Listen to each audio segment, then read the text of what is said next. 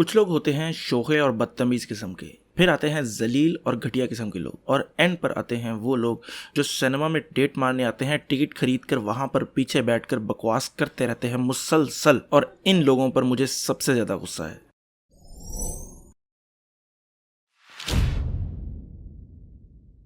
अच्छा, अब हुआ ये कि लाहौर में एक यूनिवर्सल सिनेमा है, वो एक बड़े से मॉल के अंदर है। तो वहाँ पर ना टिकट की प्राइस थोड़ी सी कम थी, तो मैंने सोचा कि वहाँ जाकर देख लेते हैं पहले। फिर जब मैं दूसरी दफ़ा देखने जाऊँगा ना, तब जाके मैं IMAX में देख लूँगा। तो मैं वहाँ पर गया, तो मसला वहाँ पर ये होता है कि वहाँ पर जो बड़ा मॉल है, वहाँ पर ज़्यादातर लोग डेट के लिए आते हैं।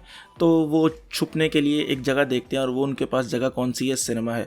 तो वहाँ पर टिकट लेकर अंदर चले जाते हैं और वहाँ पर गप्पे मारते रहते हैं और एक दूसरे के साथ यामा काटा करते रहते हैं। लेकिन इससे नुकसान उन लोगों का होता है जो वो मूवी देखने आए हैं। उन लोगों की मुसलसल बकवास सुनकर अपना दिमाग जो है ना, वो वैसे ही खिसकना शुरू हो जाता है और सारा मूवी का मजा खराब हो जाता है। ऐसा ही मेरे साथ कल हुआ। पीछे दो कपल बैठे हुए थे, वो मुसलसल बातें किए जा रहे थे। मैंने 2-3 दफ़ा मुड़ के देखा, उनको आइडिया हो गया कि यार ये बंदा अब तंग आ गया है। तो मैंने खुद लड़की को कहते हुए सुना कि ओए और तंग करते हैं। और यकीन माने वो वहाँ पर बैठकर किसी दोस्त की शादी को डिस्कस कर रहे थे कि शादी में क्या क्या हुआ और कैसे गुजरी शादी। मेरा तो एक दफ़ा दिल किया कि उठ के ना मैं उनमें से किसी एक के लगा दूँ। फिर मैं सोचा लड़ाई लेने का क्या फ़ायदा, फारक रहो। खैर, अगर आप लोगों ने भी ऐसा कभी फील किया है या आप लोगों के साथ भी ऐसा कोई एक्सपीरियंस हुआ है, तो वो कमेंट्स में ज़रूर शेयर करें। खैर, अब आ जाते हैं मूवी के रिव्यू पे। मूवी के रिव्यू करने से पहले मैं आप लोगों को एक बात बताऊं, अगर आप अभी तक मूवी नहीं देखने गए ना, तो आप न्यू 52 की शज़ैम की कॉमिक पढ़ें।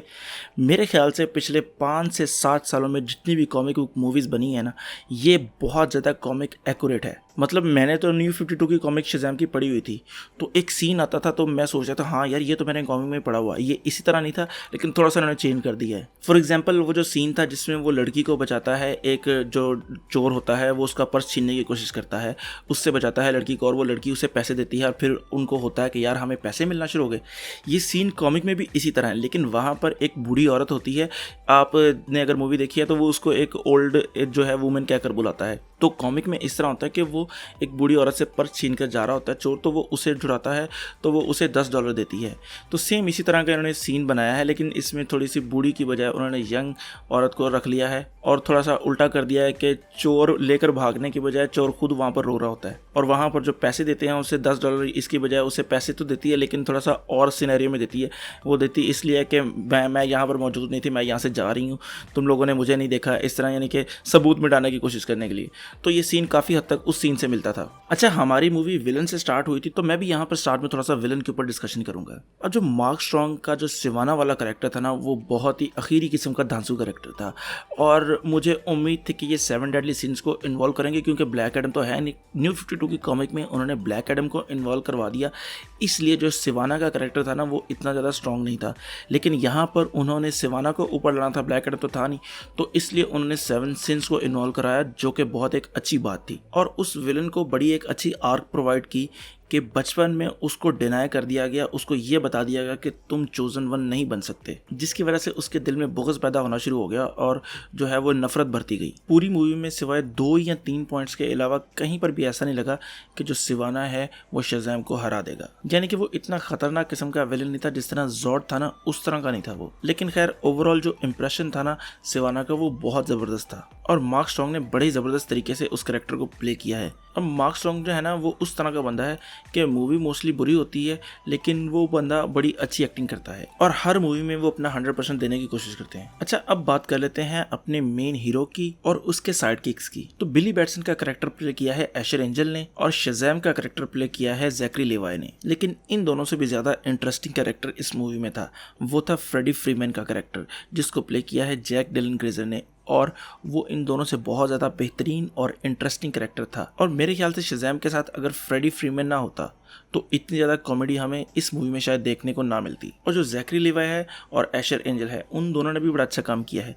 लेकिन मुझे एक गिला है इस मूवी से, वो मुझे कॉमिक से भी थोड़ा सा गिला है। वो ये कि अगर आपने नोटिस किया हो कि जब बिली होता है, यानी कि वो शज़ैम नहीं बना होता, तो उसका बिहेवियर ना थोड़ा सा रूड होता है और वो उस तरह का फन कैरेक्टर नहीं होता जब वो शज़ैम बन के होता है। ज़ैकरी लेवाई ने तो बड़ा अच्छा प्ले किया है, लेकिन जो बिली का कैरेक्टर है वो पहले थोड़ा सा गुस्से वाला होता है, यानी कि आपको फील होता है कि वो थोड़ा सा रूड है हर बंदे से, लेकिन जैसे ही वो शज़ैम बनता है तो उसकी रूडनेस बिल्कुल खत्म हो जाती है और वो एक किस्म का फन कैरेक्टर बन जाता है। हालांकि है तो वो सेम बंदा ही ना, उसके पास बस पावर आ गई है। अब मैंने कुछ लोगों को ये कहते हुए सुना कि ये जो शज़ैम मूवी इन्होंने बनाई है ये एक किस्म की डेडपूल की कॉपी की है इन्होंने, ताकि लोगों को ये कॉमेडी मूवी प्रोवाइड कर सकें। देखिए बेसिकली जो बात ये है कि शज़ैम जो आया था वो 1940s के करीब में आया था और जो डेडपूल है वो 1991 में आया था, तो तकरीबन 50-60 साल का डिफरेंस है। और ऐसा नहीं है कि शज़ैम शुरू में कुछ और था, शुरू में भी उसका कैरेक्टर ऐसा ही था कि बच्चा था फिर बड़ा बनता है। और डीसी मेरे ख्याल से कोशिश यही कर रहा है कि अब वो कैरेक्टर चुने डीसी कॉमिक्स से जो कि थोड़े से फन कैरेक्टर हों।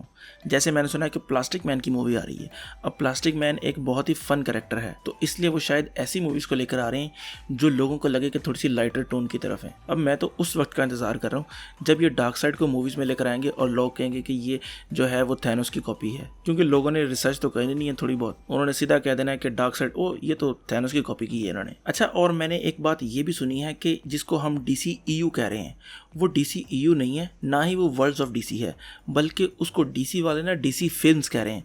उसके अंदर वो एल्सवर्ल्ड की मूवीज़ भी लाएंगे, जैसे कि अभी जोकर आ रही है, वो इस कैनन का हिस्सा तो नहीं है लेकिन वो साइड पर एक अलग मूवी बना रहे हैं, क्योंकि DC की इतनी ज़्यादा तो यूनिवर्स हैं तो उसमें से किसी की भी एक स्टोरी उठाकर वो मूवी बना सकते हैं। अच्छा, इससे मुझे एक और बात याद आई, मैं काफ़ी दिनों से सोच रहा था कि अब शज़ैम की अगले 5 साल के अंदर ये 2-3 मूवीज़ और नहीं बनाते तो उससे होगा क्या, अभी ये जो बच्चे हैं जैसे एशर एंजल वगैरह हो गया, ये सारे 5 सालों में काफ़ी बड़े हो चुके होंगे और डार्ला भी काफ़ी बड़ी हो चुकी होगी, तो अगर एक कैरेक्टर हो ना तो उसे CGI की मदद से थोड़ा सा एज उसकी कम की जा सकती है, जैसे निक फ्यूरी था।